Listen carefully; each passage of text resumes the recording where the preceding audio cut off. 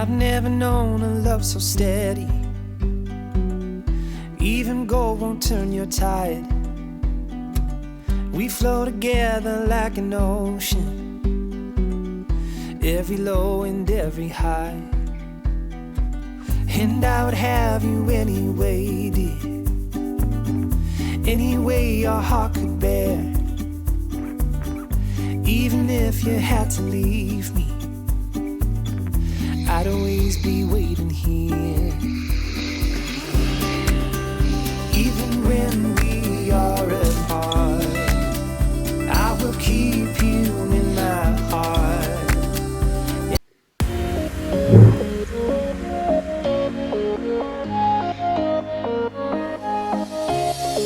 Showing off, don't wanna have to wait tonight. Wait tonight. Ready for you, Rehwoldt. Better off. You think you're ready? You have no freaking idea what you stepped into, Southern boy. I've been working out, Rehwoldt. I hope you're ready for a double barrel finish in your face. You ain't got a jug like this, boy. Oh, I've lifted jugs like that my entire life. I've lifted jugs and punks like you 6 times before breakfast. What do you think you got on me, chump? You don't know what a punk is. Because you are the punk. I put the punk rock in bourbon, baby. Bro, this fat chug. I'm the Harlem Globetrotter of this stuff. With a bench press to max. Don't wanna have to wait tonight. Wait tonight. Better off. I'm gonna find my way tonight. Wait tonight. Those moves. Yeah. Copy my stuff. There you go. Yeah. Do what I do. Yeah. Take advice from stuff.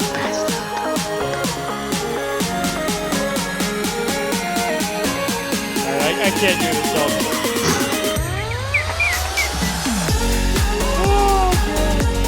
I tried. It's been a while. I've been a little rusty. You're a too. little rusty? It's been a while since I've had to intimidate. All right, so here's the legit intro music, to the song or to the show. So I'm gonna play it, put my derby shades back on, and the only rule is you gotta dance, for reals. You gotta dance while pouring your whiskey. Ready? Will I hear the music? Oh, you didn't hear it last time? You didn't hear? No, I didn't hear anything. Well, that kind of sucks. I figured it was something on your end. I didn't hear anything. Oh, okay. So then turn on your YouTube, and then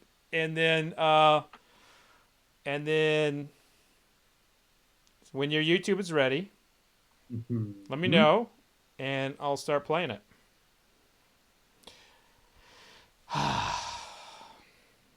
But here we go. Let me know when you're ready. Stupid ad. Oh God, there we go. I'm on now. All right, here we go. I'm on now. Here we go.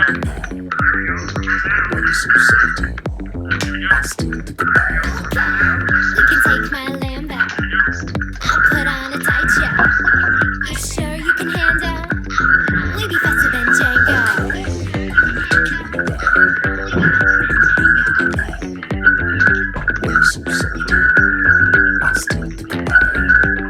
You can take my lamb back. I'll put on a tight jack. You sure you can handle? We be faster than Django.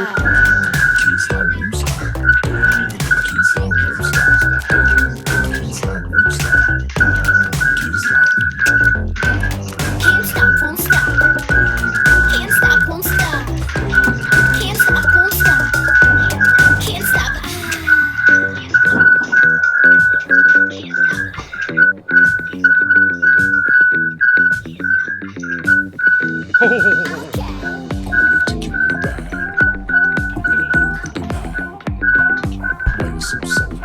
You sure you can handle? Okay. You can take my lamb back. I'll put on a tight jack.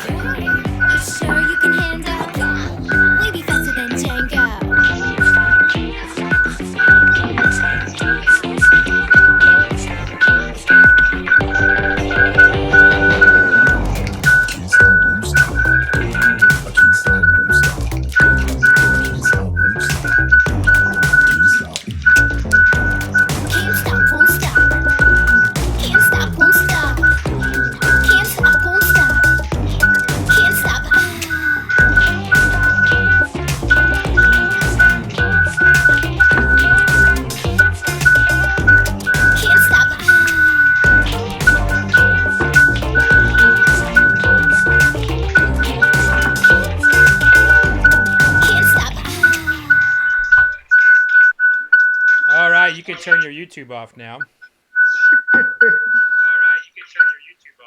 Hey, just be you and me here on Skype. So, hey, everybody. We got my boy here, Matthew Rehwoldt, from I'm nobody's boy. I'm a man. Well, Brad, by remember boy, that. I mean you're my homie. You know, Good. I'm glad I just got you to say homie live on the internet. my friend. You're my friend. Like, Yes. what's wrong with homie? What's wrong with you're my boy? Not other than being about 15 years out of date. Nothing at all. Is it really 15 years out of date? I don't know. So I'm dated then. I thought I was just being your friend, but I guess that's what I should expect. I guess that's what I should expect from someone who turns their back on friends on a regular basis. I mean, only when necessary. You know what I mean? We were having a good time going back and forth with the kind of like the little wrestling bits. I really got into that. I mean, It's fun. I love using like social for that stuff. Like we used to do that all the time. It's a lot of fun. I enjoyed the hell out of it. But now you're doing a lot of whiskey. What? Oh. Yes. Sorry, that's just. Oh my God! It makes me warm and safe before I try something new and that's. Oh, that was funny. Oh, my side hurts. I mean, yeah, it's funny. The truth usually is funny. It's funny because it's true, right, Fred? Oh, the truth with vodka. The hate is so strong. The hate is I so know. strong. It's so. I love, should probably not see hate. someone about that. Yeah, like you have so much anger in you. I do. It's like so much anger. Like I can't even. It's real. So hey, Yes. everybody. So Matthew used to be Aiden English with the WWE, and he's in the last couple years he's came on really strong in the whiskey community, and I've really enjoyed what he's brought to the table. He's been like a really good advocate for something that I need to do more of, and that is work out and to earn my bourbon. Damn Now, right. in my defense, I was doing really well until the COVID came and I couldn't go to the gym anymore. No, boo. No excuse. No excuses. Home workout. Hashtag home workouts. Look it up. There's a million of them. I do them. Yeah, the difference is you don't have a 6-year-old hitting you in the gut when you're trying to do push-ups, But Yeah, that's your core. That's a double. Hey, listen, you wrestled with Oscar. You know Yeah, his power. no. You know his power. So That's the only reason. That's the only reason I held back on some of the back and forth stuff, because I knew the next time I saw him, I'd probably get a swift kick between the legs or something. he'd give you a Kentucky whooping. Yeah, yeah. I don't need another one of those. Oh man, but it's great to see you. And as everyone knows, all that stuff we were doing on social media was for fun. None of that was real, except I really do have hair. But I'm excited to have you here tonight to taste some whiskeys with you. And I actually sent you some really, really great stuff.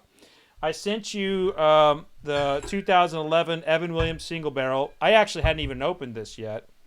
Okay. I sent you the this is a barrel sample from Crema, Kentucky, before they had even came out.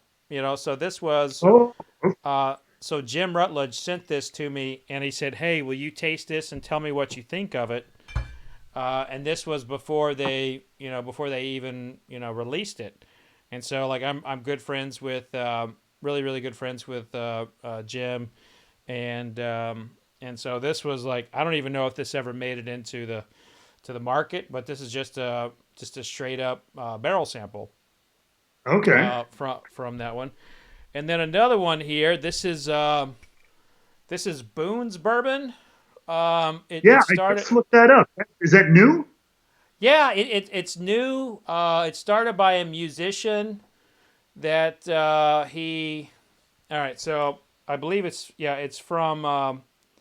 Okay, aged a minimum of 6 months in American charred white oak barrels, produced and bottled in Striped Pig Distillery in Charleston, South Carolina.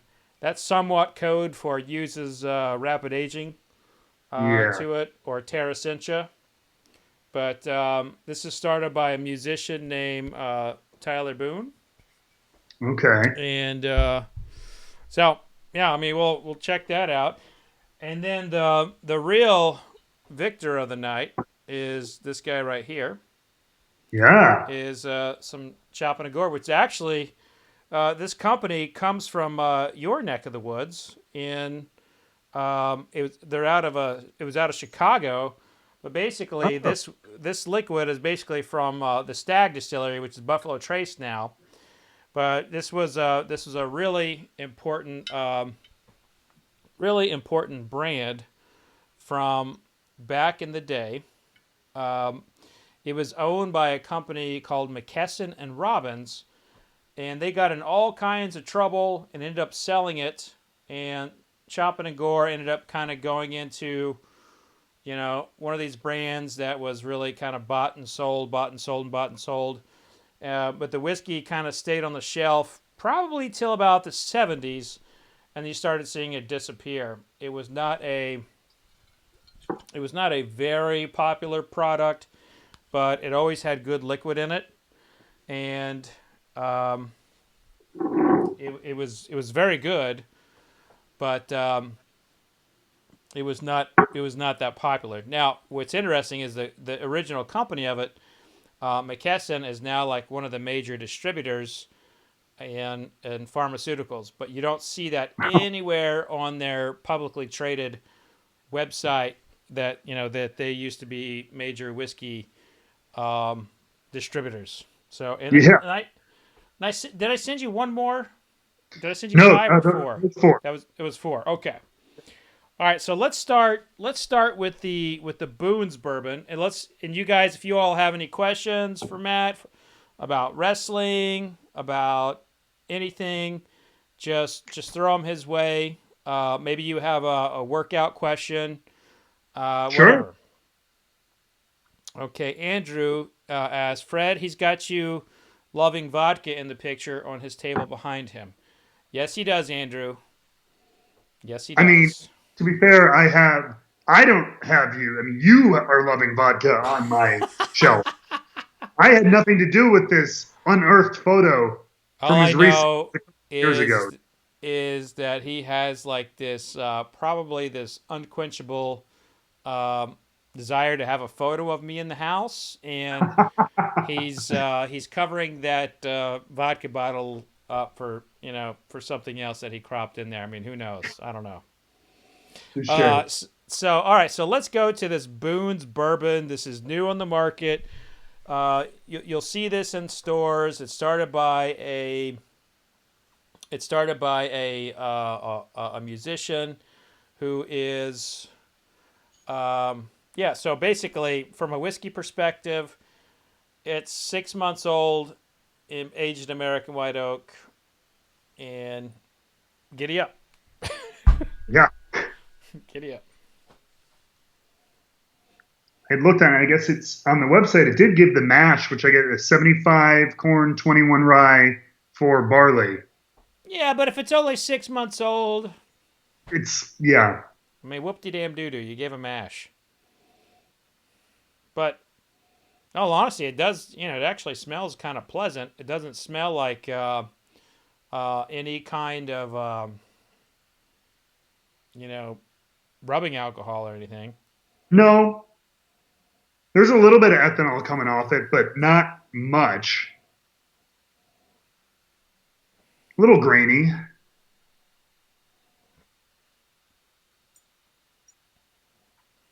Yeah, I almost get like...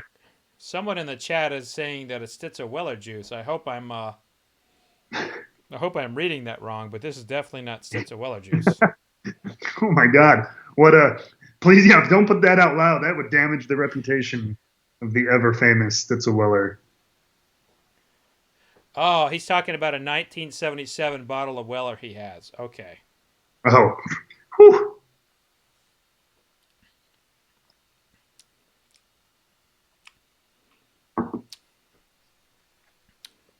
Okay. That's not unpleasant. No, I mean it's Got that bite to it. It's, it's young. yeah, but it doesn't taste like phosphorus. No, yeah, that's true. Exactly. It doesn't taste too raw or. Yeah, I mean I came into this thinking it was going to taste like fermented goat piss or something, but yeah, it wasn't actually that bad. Which would surmise that you have had fermented goat piss at some point in the past. I mean, I did grow up, raising animals. So Fair enough. I will, the amount of things that I have had to eat for one reason or another, and not to mention I was in the military. Hazing did happen in the military. Oh God, I don't want to know, but I do. They don't do it anymore, but we used to have to do this thing called blood pins. They don't do it anymore because, there was like a whole 60-minute story about it. Yeah. Where they would stick a pin there and punch it through. Oh God. Yeah. It only happened to me once, but like the people who were like rangers and stuff, they had to get blood pins all the time. All right, so I picked up the wrong bottle there. Let's go to the Evan Williams 2011. Okay.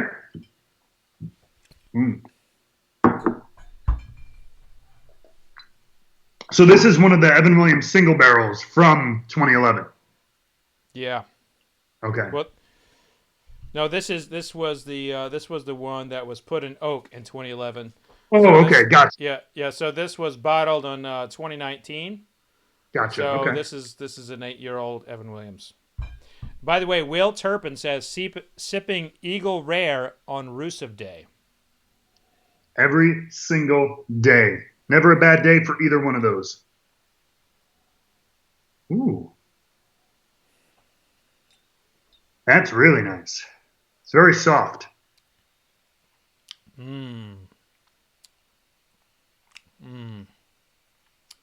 Whoa. I like that a lot. What's the proof on those? 86.6. Yeah. I'd love to have because there's such nice flavor coming off some of those Evan Williams single barrels, and those are freaking everywhere. Like those are in my grocery store, or down the street. I mean, it's really nice. I'd love to have it in like the 90s in proof, just to see what that would be like. Well, you'd basically be looking at, probably what would essentially be Elijah Craig. I guess that's but just not a single barrel, And the one thing I'll say about the Evan Williams single barrels is they are extraordinarily consistent.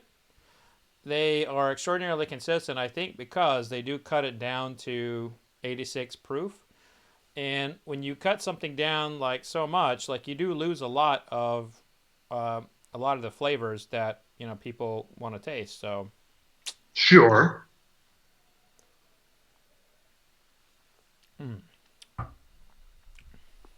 Yeah, that's nice. That's got some candy on it. I like that. So what are you tasting on a regular basis? It kind of depends. So like right now, I mean, being at home, being kind of in quarantine and all that stuff, staying at home, I'm really taking this time to kind of literally explore my own closet and my own shelf. Kind of stopped collecting the last couple of months, stopped accumulating more bottles, and finally just kind of going through stuff I haven't had. And some of it, like I'm scraping through the bottom of my closets. I haven't had it in 2-3 years. And it's like, whoa, some of my earliest bottles that I started when I first started collecting things. And some of them, it's fun because it's rediscovering. It's like, holy crap, I forgot how good this was. And then other things, it's, oh, I remember why I haven't touched this in 2.5 years. So it's like it's a fun little like game going back through my bourbon history, as it were. Well, I remember when you first reached out to me, you were coming into town. Mhm. You were coming into town. You were in for a match or just passing through? I don't remember. But you We had the had, book. yeah, You had just had a yep, match. no, so we had a match. I was coming in. That was when we were on Tuesdays, and so I was on a weekend of events Mm-hmm. through like Tennessee and Kentucky, and we were finishing up. Tuesday was our live television SmackDown, Mm-hmm. and so I was in like somewhere. I might have even been like Chattanooga or something on Monday night, coming into Louisville that night, and I had hit you up, and yeah, you invited me out to your local establishment there. Yeah, We had Commonwealth Tap. Yeah, yeah, yeah. We had a few, and signed the book. You do have some questions coming in. please, Eric wants to know how big it is. Your collection. Jesus. Your collection. I'm going to assume that was you that put the emphasis in there because you're a bad person. But no, so I haven't counted in a hot second. It's somewhere around 110, 115 bottles, probably. Oh man, that's great. Not too for I live in I moved into the city. I'm in a condo now. I don't have a house with extra garage space or basement space or anything. So I have a closet that my wife let me use in the office that I filled up with shelves, and Mm-hmm. I'm pretty much at capacity right now. I could squeeze a couple in on some random shelves, but uh, I'm nearing the full point. Right on. Well, do you have a prize bottle?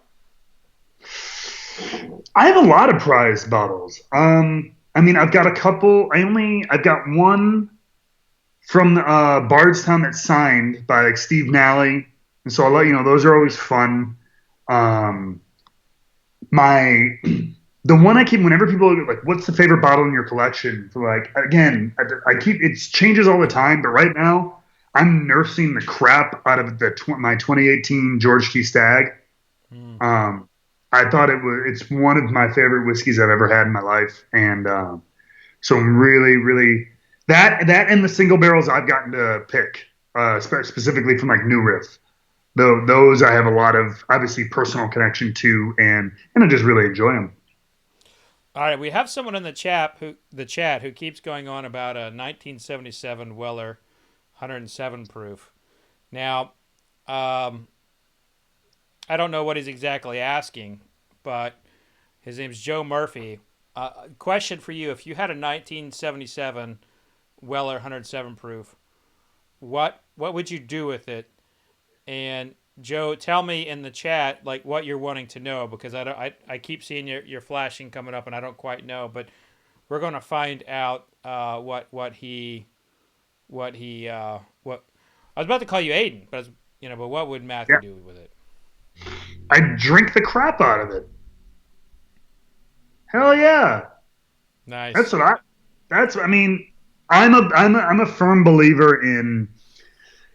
Sometimes there's a time and place for when and everything, but I'm an open everything kind of guy. You know what I mean? Mhm. Mhm. I think in my entire life, I think I've sold or traded or anything 2 bottles just because I had a bunch of extras and I knew some people who wanted them. But other than that, literally, I'll get the day I get home from the store, or I get something in the mail. It's usually popped that day, at least to have a little pour out of it just to taste it. Just because for me, I'm trying to expand my palate, my knowledge. So I literally, Mhm. even if I don't touch the bottle for another 6, 8, 10 months, I want to know what it tasted like and just learn a little bit more from each individual pour. So I don't care if it's dusty or limited or whatever. I'm gonna pop that bad boy. All right, so Joe is actually trying to buy this bottle, and Okay. he's trying to buy this bottle, and he's wanting to see what it's worth. I think right now, from a market perspective, the world is upside down. I don't think we really know what anything is worth. Yeah. I what I have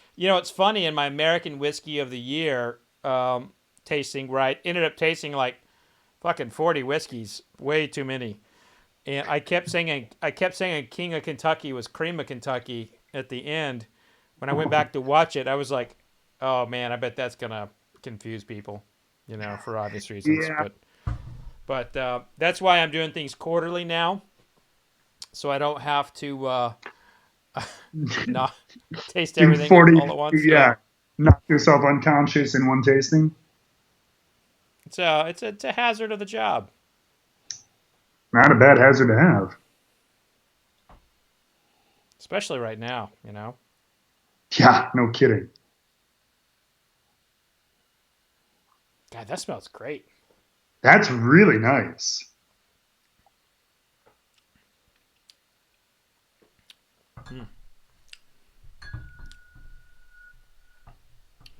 Really tasty. Mm-hmm. And that's interesting. And at the risk of, I don't know what, because I've had now 2 of the different barrels of the released product. I think I had the first release, and then I had a sample from the second release. Mm-hmm. And I thought they were okay. I like this better than those, as weird as that is. Yeah, so this is probably this is probably before it was like, you know, filtered and cut and everything. So Right.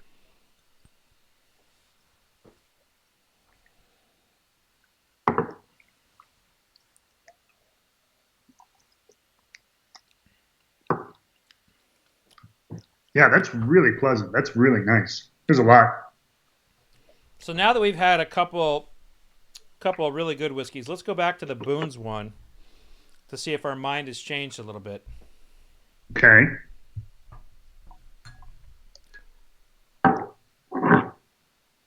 Joe, don't you dare apologize for commenting. I love it when you comment. That's great. Don't you dare apologize for that. Thank you for commenting. I don't, Joe. Stop it. Stop Joe, it right but seriously, he's the villain. I'm the good guy. now. That's right. See, yeah, I can't help it. I'm sorry, bro.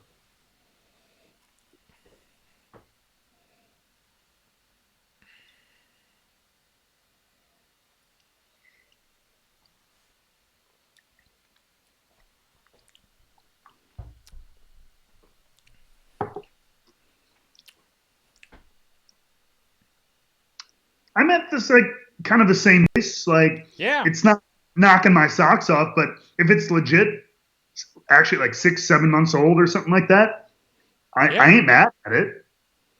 Yeah, I mean, this might be one of the few times that I've actually seen like one of these rapid aging techniques work, because I don't really detect any Do we know flaws.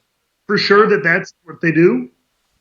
I know the people behind it, and I do know they applied some processes, but I think Okay. they would classify it a little bit more of a filtration than that sort of thing. But Sure. you know, I think there's a real gray area when it comes to this rapid aging world. There's, you know, they're like, oh, we're not rapidly aging it, we're massaging it, or we are merely separating the molecules. I mean, it's just like, oh, for fuck's sake, you're changing it. I It's not want to try the molecular whiskey. Crick you, all right. All right, so here we go to the The main event? main event. This is the Chapin Gore. This is from it's a jug from the '60s. This is what somebody who needed that bourbon would have bought back then. Now this, like as a dusty hunter, this is the sort of thing that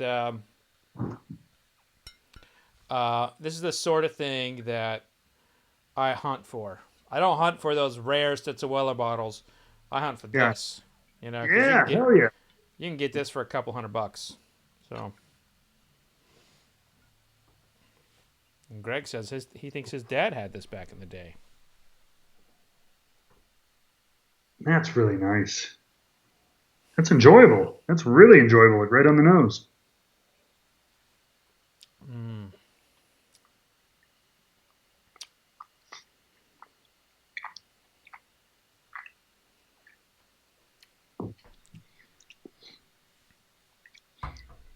There's just something about, and I never know when drinking something dusty. I'm like, how much of it is like a rose-colored glasses kind of scenario Right, right. versus like, what am I actually tasting? I'm trying to like be as neutral as possible, but Mm-hmm. a lot of the older stuff, especially from the 70s or before, it does seem to be like even at lighter proofs, I've noticed like mouthfeel is way better. Like a 90 proof or like an 85 proof from the 60s feels more viscous, feels more substantial than like an 85 proof from today. Well, think about this. You're looking at a world before you basically got first growth trees. So those trees were the best of the best of that time, and they're a generation or two away from really the discovery of their respective areas in a lot of places. And so that would have been more naturally kind of ready to be used. You would have corn that was created out of hybrids, or maybe not even hybrids, but would have been hand selected and picked. You would have had water prior to like the forced purification standards that we have today.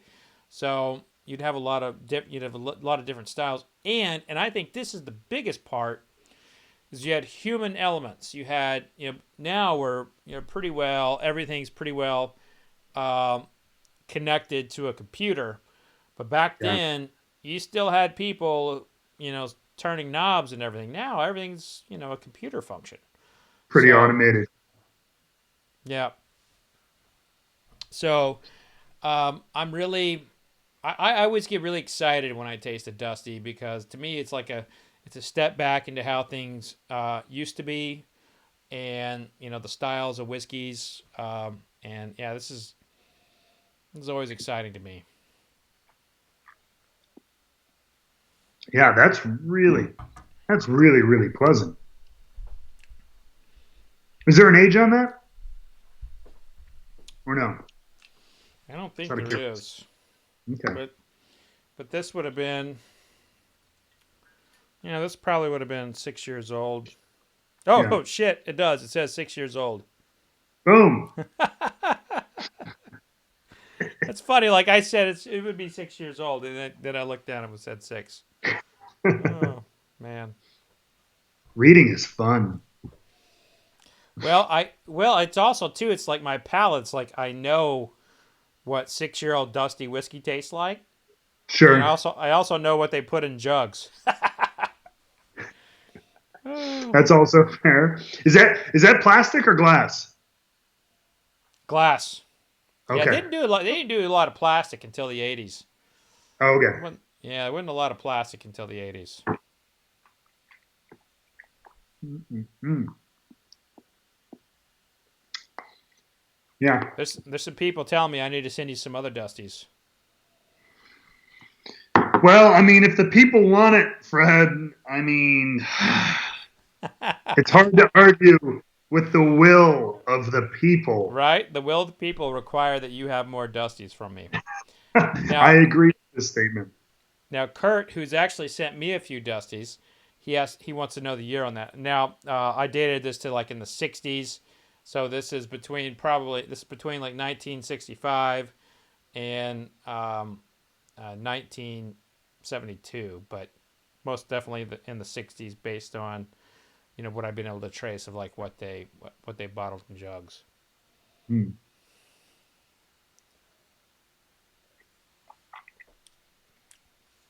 Is that your favorite of the night?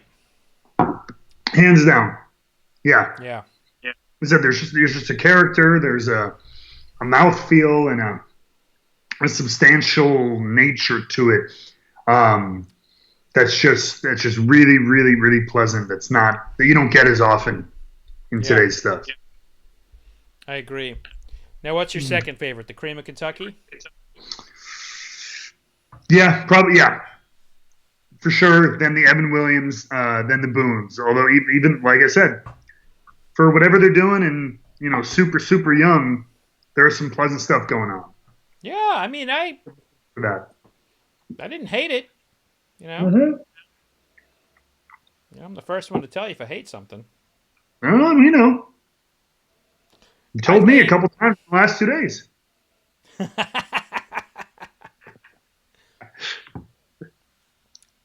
I think I'm gonna switch to 2 and 3.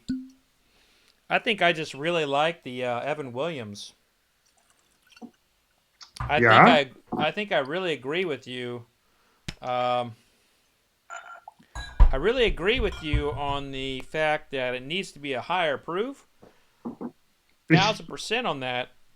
But what is in that bottle is damn good. Yeah? I really like that. It's one of those for me. That's the only reason I said that is just like this is like there's a couple I've had like this where I'm like the nose is really pleasant. I get a lot on it, and then when I take a sip with the proof, it's a little thin for me. I'm a big fan of bourbons. I call it bourbons you can chew on, so to speak. Yeah.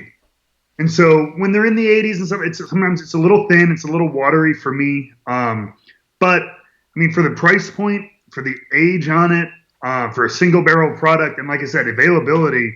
This stuff, like I've seen it in every liquor store I've gone across the country. Like I mean, it's hard not to find it, and so it's hard to beat. Yeah. I'm gonna go to cream to make sure that I'm not making a heinous decision. Certainly don't make an an anus decision. Yeah, don't make anus That decisions. that would be very. Can you make an anus decision? I make an anus decision every morning after my coffee. I mean, I think we all do. Well, I know, but the anus isn't doing that decision making for you. The brain is. I decide for the anus. The brain's deciding for the anus. The anus answers to me. I don't answer to the anus. We've gone from economic environmentalism to butts. So that shows the maturity level of the guest you have invited on tonight. Well, no, I think it's me. I think it's more the host. I go from having an intellectual conversation with Mick Fleetwood to talking about butts with Matthew Rehwoldt. Wow. But you know what? You know me, man. This is where it's at. I'm going with the Evan Williams. That's my number 2. Really? Yeah. There's something in the cream that is I don't want to say it's unpleasant, but it is not. And again, folks, this is not anything that's on the market. This was a barrel sample that was sent to me by Jim Rutledge. So it's like an overly. It's like a spoiled beer note.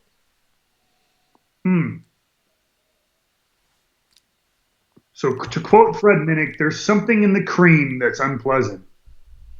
I'm gonna quote that. I'll keep that one in the chamber just for our next sparring that we have on social media. Now, here's a question. We've had a lot of requests in the chat. What I normally do is I will have and we're streaming across Periscope, Twitch, Facebook, and YouTube, and DLive. Okay. And people want to know if we want to do a bonus tasting. So I'll let you lead that. There's a good chance that whatever you have, I will have too. So you choose the bonus tasting. Oh, wow. We'll taste that. I'm trying to get. I'm not in my normal area with all my stuff. So, let's go. Do you have? I'd be curious to have your thoughts on it. It's actually right in front of me. Screw it. Do you have the knob 12 year? Uh, I don't. Hold on, I think I do. Hold on. Well, while Fred's away, the cool kids will play. Thank you, people, for tolerating us this evening. It's been very kind of you. It's been. That's not the right one, but that's okay. Reading is fun, Fred. Remember, reading is fun. I don't have it. So here's a story for you about Jim Beam. Like most of the companies like send me samples and everything. I really pissed off Jim Beam at some point. I ripped. I think it's because I ripped Legent, like their product that they were really really on and on about. Yeah, I'm with you. And I think I got myself in hot water because they.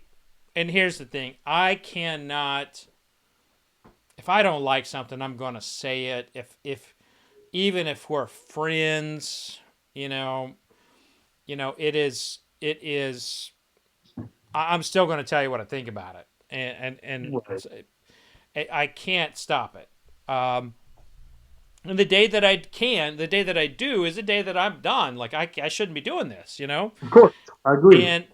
And so I was the first person they sat down with, and they showed the sample to, and I'm there with the blender, the Japanese blender, a wonderful gentleman, and Fred No, whom I hold in the highest regard, and I'm tasting it. I'm tasting their blend, and they're showing me the deconstruction of everything, and I was like, I like everything in the deconstruction better than I do the blend.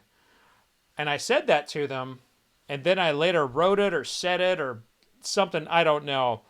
But I haven't gotten a sample from them since. And there's nothing, I don't think there's anything wrong with that. Like, I don't necessarily need samples. I buy a lot of bourbon. But it does put a little bit of a hitch in the reviewing, if you have to taste everything. And actually, you know what? I kind of have a question for you on that, because I've actually always been kind of curious about that. I do find that as benevolent and like super tight and as kind of a community as bourbon and even the business of bourbon is for 99% across the board, I do find that like that happens from time to time.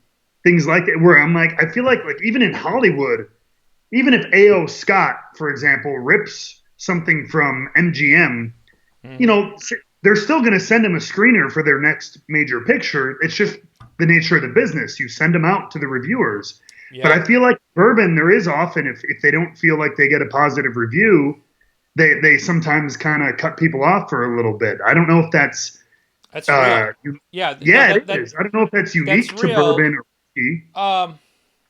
Well, I think the story here is that every single bourbon brand has more Instagram followers than me. Every single bourbon brand has more Facebook and maybe Twitter followers than me, and they have this mentality that they don't need like the people in the whiskey community. They don't need bourbon geeks. They don't need whiskey geeks.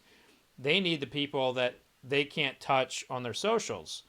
And that seems to be kind of like a pervading thought amongst the marketers in that particular world. But and so the minute that you have like a bad review, or for some, they're like, oh well, we don't need to send it to him, we don't need to do that anymore. And I will tell you, the one brand that is actually there are three companies that will never ever say anything to me about a review, and that's Diageo. Diageo, which takes more shit on the chin than any company that you can possibly think of. they are 1,000% professional to me. I don't know about other writers and journalists, and I have written a lot of things about Diageo over the years, to include things that they may not necessarily like, but they have always been very respectful and professional about that. Brown Forman. A Brown Forman could be like, you could rip on Jack Daniels 15 times from Sunday, and they would still be very hospitable to you, invite you out to Jack Daniels, bring you to Woodford Reserve. That's an incredible, incredible company when it comes to respecting, media. And then the third, well, those are the two main ones. But no, I gotta echo your Brown Foreman thing just for like a hot second. This isn't like a plug fest or anything, but I did this little thing with my friend from WWE, this like March Madness of whiskeys, and we reached out to a couple of the companies, and I will say, like, Brown Forman, when I reached out to them, jumped in like with 6 feet, and they were like, hell yeah, that sounds fun. And like, they put me in touch with brand managers for every whiskey brand they had, and also like, it was so easy and so professional and pleasant of an experience that like I can see where you're coming from. That was my first time dealing with like PR and marketing people. I had never reached out to anybody before that. I wanted to try that, and they were beyond pleasant and professional to deal with. And anytime you ever need any help with that, you can always just reach out to me. I'll connect you with whoever. Oh, of course. Heaven Hill, Campari, those they're all very, very good, but really, I do think from like a respectability to the journalism community, I've always found Brown Forman to be like a very, very high bar. And then I've written a lot of things that required some like expose-ish kind of questions from them, and and they just handled it really well. Yeah. So kudos to them. So I could not find the 12-year-old, but I have not opened this. This is a bottle. I think this might actually be the last Beam sample I got. 2000. But this is it's not. It's from 2018. Actually, when did Legion come out? Legion came out in late 2018, early 2019. Yeah. So this is my only Knob Creek I have in the office right now. So if you're all right, I'll open this and you open yours. Sure. That sound good? That's fine with me. Let me get another glass out here.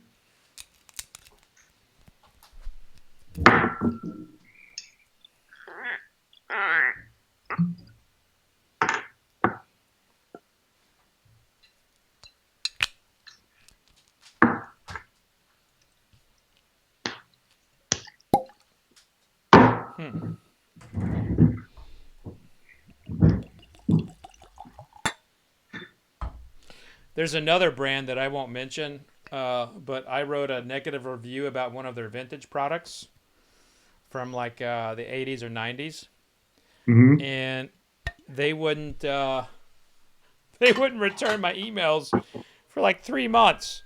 I mean, they just take everything so personal.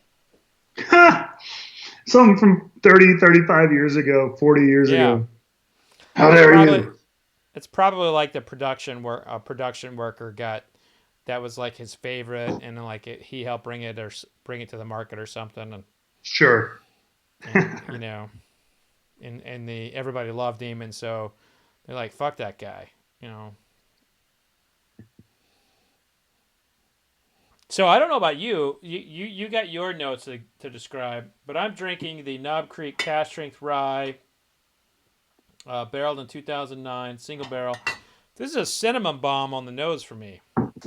Yeah, that one I've not had yet. I've had I enjoy the Knob Creek single barrel ryes, the store pick ryes. Those are always very pleasant, for at least the ones I've had. This one I've never had a bad Knob Creek pick. Never. Yeah. For me, this is oak and leather and pepper. The normal nuttiness you get with like bean bourbons and stuff like that is a little less prominent on this than the other ones that are at a, especially like even the store picks of a similar or higher age. For whatever, I don't know, maybe it's because of the proof. You get more of the full body, and I get a lot of that nutty note. But in this one, proof down to 100, I'm getting more of the oak on this one.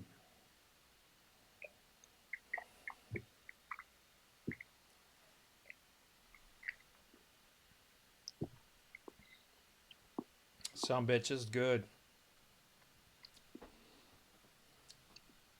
Ooh.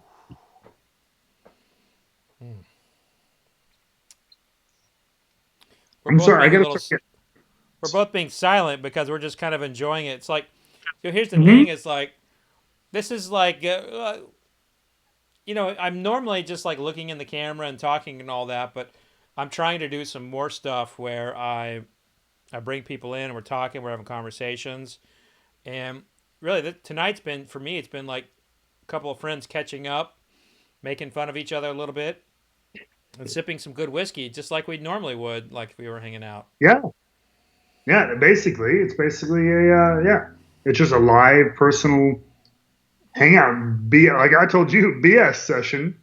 Yeah. between buds. Yeah. It just happens to be in an online environment. With people chatting and watching us. Mm-hmm.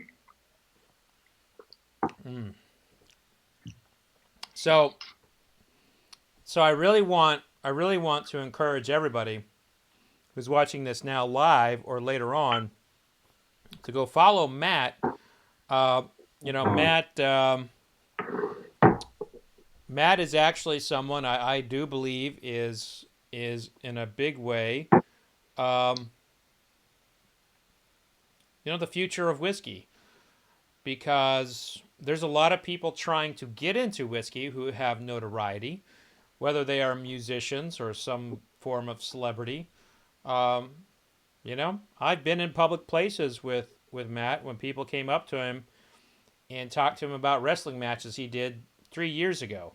The WWE will do that to you, Mm-hmm. and I'm sure your phone hasn't stopped ringing to do like stunts in movies or like go fight people or be a workout guy or something. I mean, I don't know, but the fact is like you're making a really good play to do whiskey, and I love the way you're doing it, and I want everybody in my little community to come over to you and go check Matt out, Wrestling with Whiskey. Where can everybody find you, Matt? Oh, well, no, I first and foremost, I appreciate that. And I appreciate the opportunity to come on here, obviously, of course.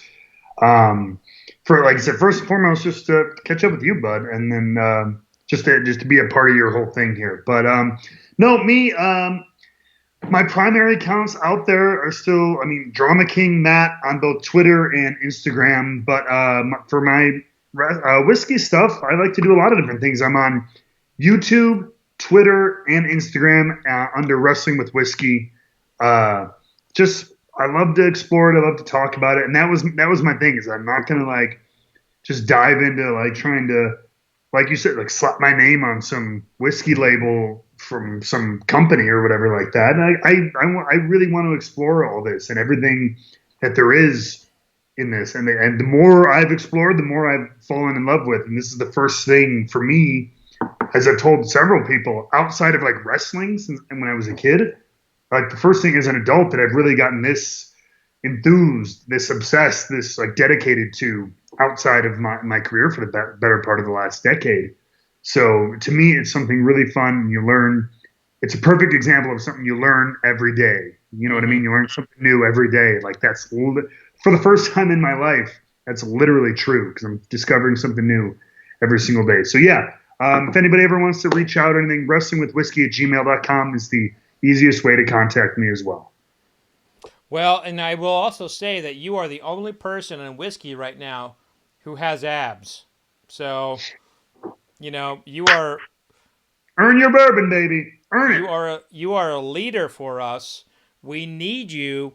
We need you out there because you like kind of offset the obesity meter in American whiskey reviewing, and your abs can maybe make like if we put us all into a bubble, myself, Cowdrey, Veach, Bryson, all these folks. If you put us all into like an equation, maybe I get an ab out of that whole thing. That's how I look at it anyway. We'll get we'll do a group Zoom workout together at some point. We'll get everybody. We'll get the whole community.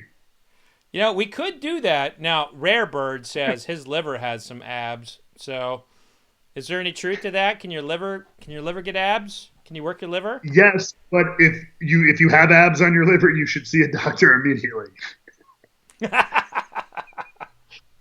That's called a growth, and it's generally there. Unlike your muscles, it's not good.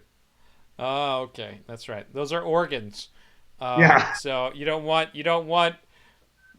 abs. A ton of growth there. Yeah. You don't want growth on. You don't want mass your liver. on your organs. Well, as we close out here, folks, I just want to say thank you so much to Matthew for coming on. Make sure you're checking out his stuff at Wrestling with Whiskey. He's an amazing human being. Matt, any last words? No, like I said, I just seriously thank you for having me on, and just everybody always remember the real Fred Minnick. And with that, we'll go ahead and close out because God love him. He's a wrestler at heart, and he will be the villain. But listen, Matt is a part of our community. He's a part of the whiskey world. Go follow him. If you haven't already, go to all his sites. Go to his YouTube. Go to his Instagram. Go to his Twitter. Not his titter. I'm sure he does have a titter. But go there and check out everything that he's doing because everything he's doing is great. I'm so glad to see what he's doing since he's left the WWE. And I got to tell you, folks, if he can get this Earn Your Bourbon thing to work out, maybe, just maybe, I will have more than one ab. And tonight was fun. It was good to catch up with Matt. But it's very important to remember that, we are in the middle of a pandemic. So whatever you do, don't lick handrails. Don't lick trash cans. And remember, this is really important. Vodka sucks unless it's being used for hand sanitizer. Cheers, everybody. Good night. Be safe out there. Cheers. Cheers. Thank you.